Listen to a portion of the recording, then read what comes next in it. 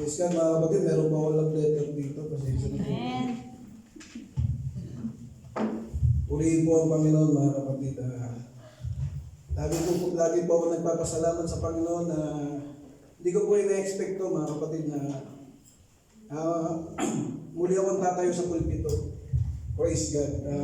Marami tayong narinig na mga patotoo na buhay na patotoo sa ating mga kapatiran mga kapatid. Teka, medyo pipigilan ko yung pag-iyak ko mga kapatid. Kasi medyo siyempre, alam mo yung presence na binibigay ng Panginoon sa buhay ng tao na hindi mo expect na dadating tayo sa ganito mga sitwasyon mga kapatid. Amen. Meron nga kanta mga kapatid kung maalala nyo na yung ako'y magtitiwala sa iyo, kalakasan ko'y manggagaling sa iyo. Ako'y nagtitiwala sa iyo, salita mo ang tanging sandigan ko. Amen. Praise God. Bakit ko po ito kinanta mga kapatid? Ito po'y meron pong kaugnayan sa ating topic, yung pagtitiwala sa Panginoon. Amen. Kasi po mga kapatid, hindi naman hingit sa inyong kaalaman na tayong mga tao, pag dumadating tayo sa mga problema, mawawalan tayo ng tiwala sa Panginoon. Mawawalan tayo ng pag-asa. Gawa ng, siyempre, nakatutok tayo sa problema.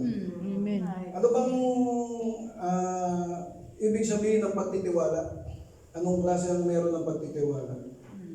Pagtitiwala ay binibigyan ng kahulugan bilang matibay na panalig sa katangian, kakayahan, kalakasan o katotohanan sa isang tao. Amen. Ikaw ba mga kapatid, magtitiwala ka ba sa tao ngayon walang nakilala?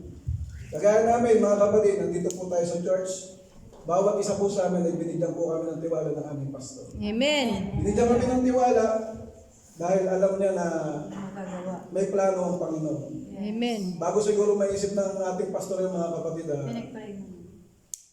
lagi naman siyang nakikipag-connect sa ating Panginoon. Kaya bawat isa, simula sa likod hanggang dito sa harapan kami ni Baba Eddie, binigyan po kami ng tiwala. Tayo Amen. po magtiwala sa Panginoon mga kapatid.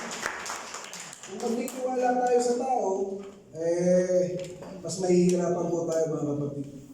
Iba-iba pong klase ang merong pagtitiwala mga kapatid. Praise God, hallelujah. Sabi nga, sa katangian. Ano bang katangian namin? Bakit po kami dito pinatayo ng aming pastor? Dahil ako ba cute? O kasi Brother Eddie, ganun po ba yun? Hindi po mga kapatid. Binibigyan tayo ng tiwala ng ating pastor kasi bawat isa meron tayong talento. Kung ano man nakikita niya sa ating mga kapatid. Meron din yung kakayahan mga kapatid. Di ba sa isang laban mga kapatid o ikaw na makipagsuntukan dyan, may tiwala ako sa. Kasi mga kapatid ako, lumaban ako ng boxing mga kapatid nung araw sa Manila. At may pyesa, dahil sa kahirapan ng buhay, manalo matalo ka, may pera ka. Ganun po ang buhay mo. Siyempre, Ryan, ikaw na. Hindi po Ryan ang pangalan ko doon, Kumando mga kapatid. Dahil ang aking magulang ay 10 years po na nakulong sa Muntinlupa. Kaya ako po ay may background na bad image mga kapatid. Ako po ay, kung wala pa ako sa Panginoon mga kapatid, hindi ako pinagkakatiwala ng tao. Bakit? Kasi po, marami tayong dungis ng araw. Tayong mga pangulo na nasa Manila tayo. Huwag mong malilingat ang inyong mga pera, mga kapatid, kasi hindi nyo ako pagkakatiwalaan. Huwag mo kayong malilingat sa mga bagay na may pagkain. Sabihin ko po sa inyo mga kapatid, nung araw, wala akong tiwala sa akin ng mga tao. Kahit magulang na kaibigan ko. Bakit? Kasi may mawawala sa kanila. Praise God. Hindi ko kayo mga kapatid. Kasi ito po sa inyo, hindi para huwag nyo po kayo magtiwala sa akin. Yung po ay mga, wala po tayo sa Panginoon. Amen. Amen. Yun lang mga kapatid, yun yung sinasabi na kakayahan. Diba? Itong kakayahan natin bilang Kristiyano. ako, Ryan, ikaw na dyan kasi may tiwala kami sa lakas mo. Yung di ba, tiwala yun. Ngayon, ikaw lalaban patalo ka, sabihin na, may hina ka pala Nawala siya ng tiwala sa'yo. Pero yung tiwala na yun, na kailangan panalo. Pero dahil sa laban na yun, kasi mga kapatid, pera. Kailangan ng pera eh, para makakain. Yun ang mga sitwasyon nun eh. Meron din mga panahon mga kapatid na, Ryan, ikaw na pumasok dyan. Mas malakas ang loob mo. Pero ang mga kapatid, iba yung nandito ngayon mga kapatid. Amen. Iwala ang pastor natin sa ating mga kagaya namin mga kapatid. Dahil alam nila na kami ay binago ng Panginoon. Amen. Alam nila, ano pa yung mga yung lakas, mga kapatid. O sino kailangan na magbuhat nito, mga kapatid, di ba? Sinasabi nila, sino mas malakas? Alam ang pagbuhat mo sa mas mahina. Siyempre, hindi ka magtitiwala sa kaya dahil hindi niya kaya. Amen. Praise God. Sabi nga sa Kawikaan 3:5 hanggang 6, mga kapatid. Kawikaan 3, verse 4, verse 5, verse 6. Tumiwala ka sa Panginoon buong puso mo at huwag kang manalig sa iyong sarili. Amen. Kilalanin mo siya sa lahat ng iyong mga lakad at kanyang ituturo iyong mga landas. Praise God. Tumiwala tayo sa Panginoon, mga kapatid. Kasi yun ang isang nawawala sa atin bilang isang Kristiyano, yung pagtitiwala. Nawawala tayo sa Panginoon kasi nawawalan tayo ng tiwala sa Panginoon. Nagkakaroon tayo yung sa ating kakayahan. Yung kakayahan lang natin, hindi natin kailangan ng Diyos. Minsan gano'n tayo eh, kaya natin to, kaya ko to. Pero pag dumadating ka sa failure, ano lagi mo nabibigas? Panginoon. Amen. Diba? Kasi mas tiwala ka sa sarili mo. Huwag mong iisipin mga kapatid na kahit anong lakas mo, kahit ano yung kakayahan mo. Hindi mo pwedeng masyado kang bilib sa sarili. Mas Amen. magtiwala tayo sa Panginoon. Amen.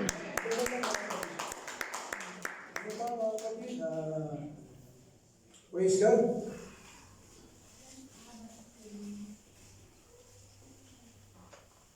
Yung tumiwala sa buong puso, pag-alinlangan. Mabasa po ako ng mga verse ng mga kapatid. Ngunit humingi siya na may pananampalataya na walang anumang pag-alinlangan sapagkat yung nangangailangan ay katulad ng isang alon ng dagat na itinutulak ng hangin at ipinapadpad sa magkabila-kabila. Sapagkat huwag isipin ng tao yaon na siya'y tatanggap ng anumang bagay sa Panginoon.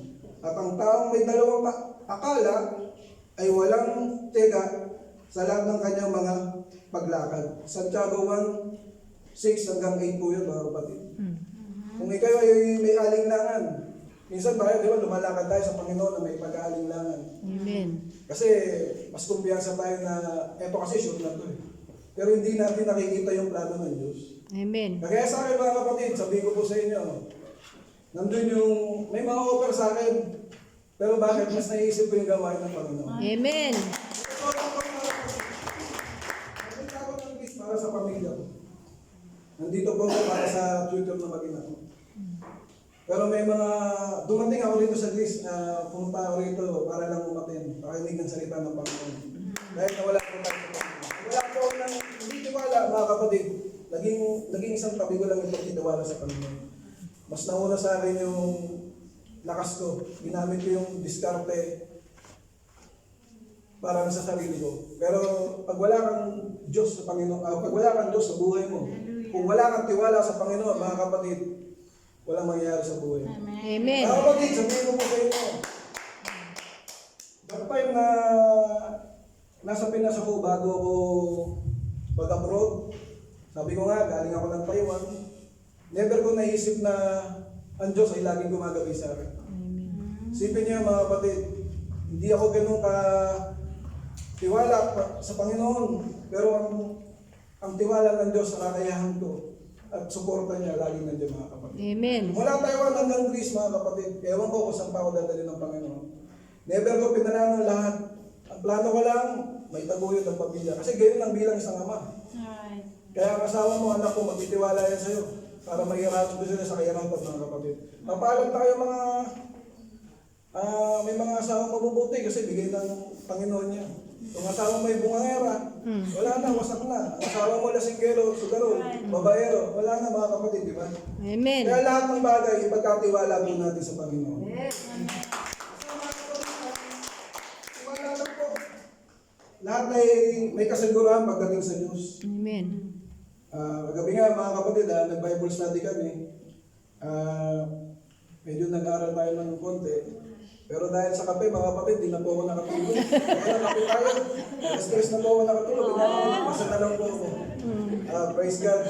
At nagtitiwala naman ako lagi sa Panginoon, mga kapatid, na alam ko na dadami pa tayo, mga kapatid. Amen.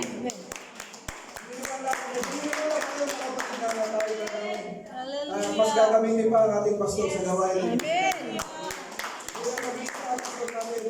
Brother Eddie. Dadami pa po tayo, mga kapatid. Amen. So, bilang Diyos, si Brother Eddie, maging pastor, why not, mga kapatid? Wala ito bibigay. Sabi pa sa Pawikaan 5:6, mga kapatid, tumiwala ka sa Panginoon mo ng buong puso. Amen. Buong puso, mga kapatid, hindi sinabing kalahati. Kasi minsan binibigay natin kay girlfriend yung ano eh. Binibili natin yung pagbigay, minsan 1/4 lang eh. Dito yung magtitiwala ako sa boss ko. Kasi yun yung magbibigay sa akin ng pera. Diba? Tumiwala ka sa buong puso mo at huwag kang manalig sa iyong sariling kaunawaan. Nabasa ko na yata ito. Praise God, sorry. Meron pa po. Ito, 1 John 5, sorry mga kapatid. 1 John 5:14. At ito ang nasa ating pagkakatiwala, mga kapatid. Sa kanya na kung tayo humingi ng anumang bagay na ayon sa kanyang kalooban, ay dinidinig tayo ng Panginoon. Amen. Meron ba tayong pinanalangin sa Panginoon na hindi dininig? Wala. Lahat dininig. Kaso huwag po tayo maiinip. Meron kasi nananalangin, mga kapatid, na, gusto ko ng ganito. Gusto ko si sister. Sana sagutin niya ako. Hindi naman agad na pag niligaw mo yan, sasagutin ka niyan. Siyempre, hindi pa kayo nagkakilala. Diba? Meron akong kapatid, mga kapatid, kuya ko, namanhikan sa kapatiran namin. Ang ginawa ng kapatid ko, mamamanhikan na lang. Hindi pa kasi na mag-shota, mamamanhikan na lang. Nasabi ko sa nanay ko, mga kapatid, hindi, totoo po. Tiga-bigon po yung niniligawan ng kuya ko, mga kapatid. Ang nanay ko naman, umayon, sige, mamanikan na pa. Teka na, sabi ko, ba't ka mamamanikan? Di mo naman niya girlfriend yun. Sabi ko, paano sila magkakaroon ng unawaan? Praise God, mga kapatid. Lahat ng panalangin natin sa Panginoon, pag pinagkatiwala natin, mangyayari po. Amen. Maghintay lang tayo. May panahon niya kung kailan dadating yung bigay ng Panginoon. Amen. Kung tayo mainip, minsan nainip tayo. 1 linggo, 2 linggo. Umaabot pa nga ng taon, di ba mga kapatid? Minsan nga natutuwa ka pag nabigay na agad eh. Masyado kang malakas sa Panginoon pag binigay agad sa iyo. Di ba?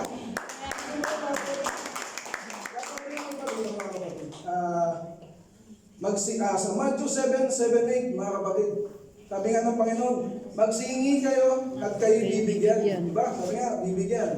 Magsihanap kayo at kayo'y makakasumpong. Makakasumpong, mga kapatid. Magsikatok kayo at kayo bubuksan.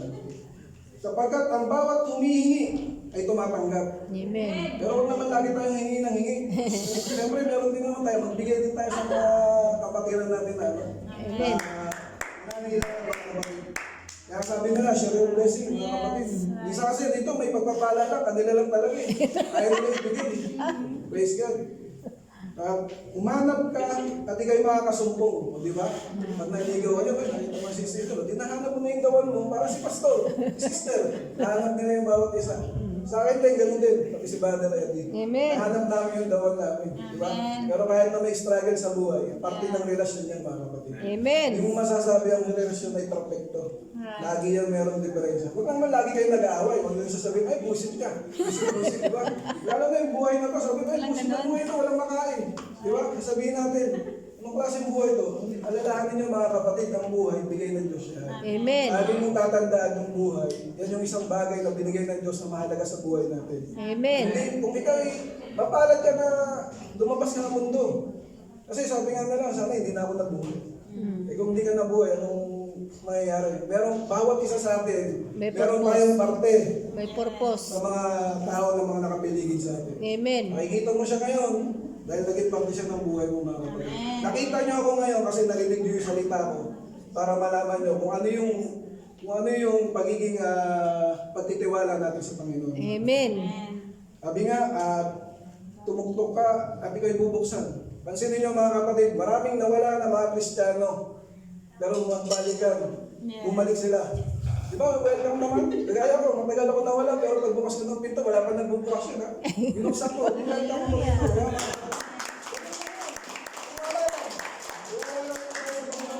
Dahil alam nyo, mga kapatid, yung patitiwala natin sa Diyos, lahat ng atin, paglabas lang natin, Lord, ingatan mo kami. Amen. Lord, yung problema namin sa buhay namin ngayon, ikaw po ang bahala. Tiwala mo lang yan. Amen. Lord, ikaw na po ang bahala sa asawa kong bungahera. Ganun lang yan. Lord, ikaw na po ang bahala sa aking asawang sumunod. Di ba mga kapatid? Lasinggero mga kapatid. Kasi pag ganyan ang asawa mo, hindi ang bigay ng Diyos. Basta ang bigay ng Diyos ay yung mabuting asawa at mabuting anak, mga kapatid. Yun lang yan. Sa pagtatapos mga kapatid, ito pa, ang isa ay dapat tayo may kagalangan lagi mga kapatid. Amen. Pasensya nyo na mga kapatid, hindi pa tayo ganun kasanay na salita. Siguro sa panliligaw, medyo biyasa ako. Para si Pastor. Sabi ko sa asawa ko mga kapatid, ano ba nagustuhan mo sa akin? Sabi niya, wala. Sabi ko naman, bakit ganun? Eh wala eh, basta mabait ka lang. Siyempre, nag-involve tayo mga kapatid. Medyo pumus siya. Kasi nung araw, naglalaro tayo, siyempre, maitim, sunog. Hindi nakagala ng basketball, di ba? Oh, isa rin yun mga kapatid, pag nagbabasketball ako nung araw, tiwala sa akin ng coach ko kasi ako yung number 1 player na starting ka talaga na inaasahan niya. Pero kahit hindi ko na ipapanalo yun, nandun yung tiwala. Amen. Alam niyo mga kapatid, dumating yung panahon na nakikita niyo ba yung katawan ko? May tiyan na ako ngayon, dati may abs ako. Aba. Pero mga kapatid, ang isang inaano ko mga kapatid, nung nawala ako sa Panginoon, mas inuna ko lahat ng nasa labas. Yung libang laro. Mas nagtitiwala ako na, mas mag-i-enjoy ako rito kaya sa gawain ng Panginoon. Pero alam niyo mga kapatid, sa nangyayari sa ngayon, ewan ko, naaalala ko si Pastor Ronnie Ramos, naiyak ko yan. Sino yun? Yung buong tatay ni Pastor Diego. Naalala ko po siya kasi katabi ko si Pastor. Oo, kilala ko. Nagpunta sa Baga bahay. mga kapatid, yung panahon na yun, Sa na bahay, Sir Jerry, tatay. hindi ko na-expect sa buong buhay ko na uupo ko sa harap. Tapos may katabi na ako. Dati makikita mo lang yung mga pastor nakaupo. Pero isa ako sa ginagamit ng Panginoon kasi dahil sa tiwala ng ating pastor. Amen. Last mga kapatid, ito yung kagalakan kahit na may kapighatian. Amen. Sa magtiwala ka lang mga kapatid. Yes. Lahat ng laban natin sa buhay may tagumpayan. Amen. Alam mo, wala ng pag-asa mga kapatid. Amen. Ako nga, nakarating ako rito sa Greece. Sa tulong dito ng Panginoon, alam ko mga kapatid. Hindi ko itinataas yung sarili ko. Dahil ako mga kapatid, dumaan ako sa pagsubok. Inisip ko lahat ng dapat kong isipin para mapagtagumpayan lahat. Pero hindi ko inaalis sa sarili ko na lahat naman to, kung wala ako dito, hindi dahil sa... Kung wala ako dito, wala ang Diyos sa buhay. Amen. Gawin mo yung mga kapatid, di ba? Hindi mo alam mga kapatid, kaya nakaupo ka lang. Magamit yung mga talento nyo mga kapatid. Sayang yan. Ako na may Amen. COVID rin tayo.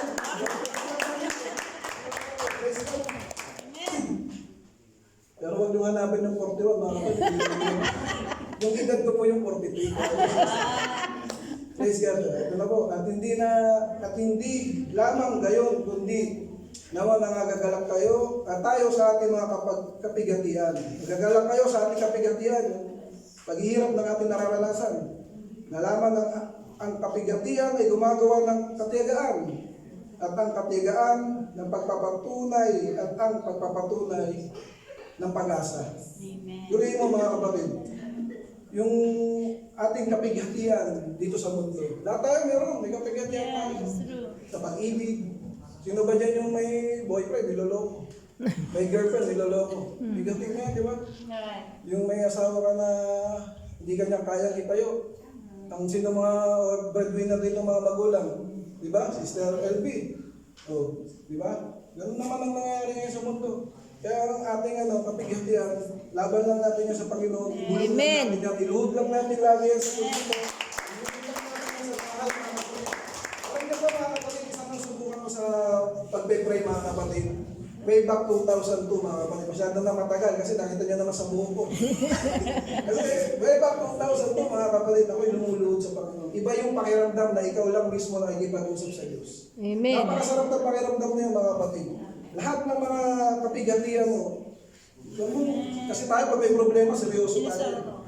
Makikita mo yung tao pag malungkot, sis, may problema ka. Di ba ganun po yung nangyayari sa atin? Pero pag alam mo yung may problema ka kahit nakatawa ka, di ba para ka lang balo? May problema ka pero nakatawa ka. Hindi mo pinapaalata sa ibang tao kasi yun naman din nasabi sa Bible eh. Kahit na may problema ka, itaan mo lang sa tawa. Ilaban mo lang. Kaya sabi nga, pagpapatunay at ang pagpapatunay ng pag-asa. Lagi tayo may pag-asa pagdating pag nasa Panginoon po tayo mga kapatid. Huwag mo natin naalisin na wala nang pag-asa. Lahat po na nangyayari sa buhay natin, parte lang po yun ng sakripisyo natin sa mundo. Amen. Purihin mo ang Panginoon.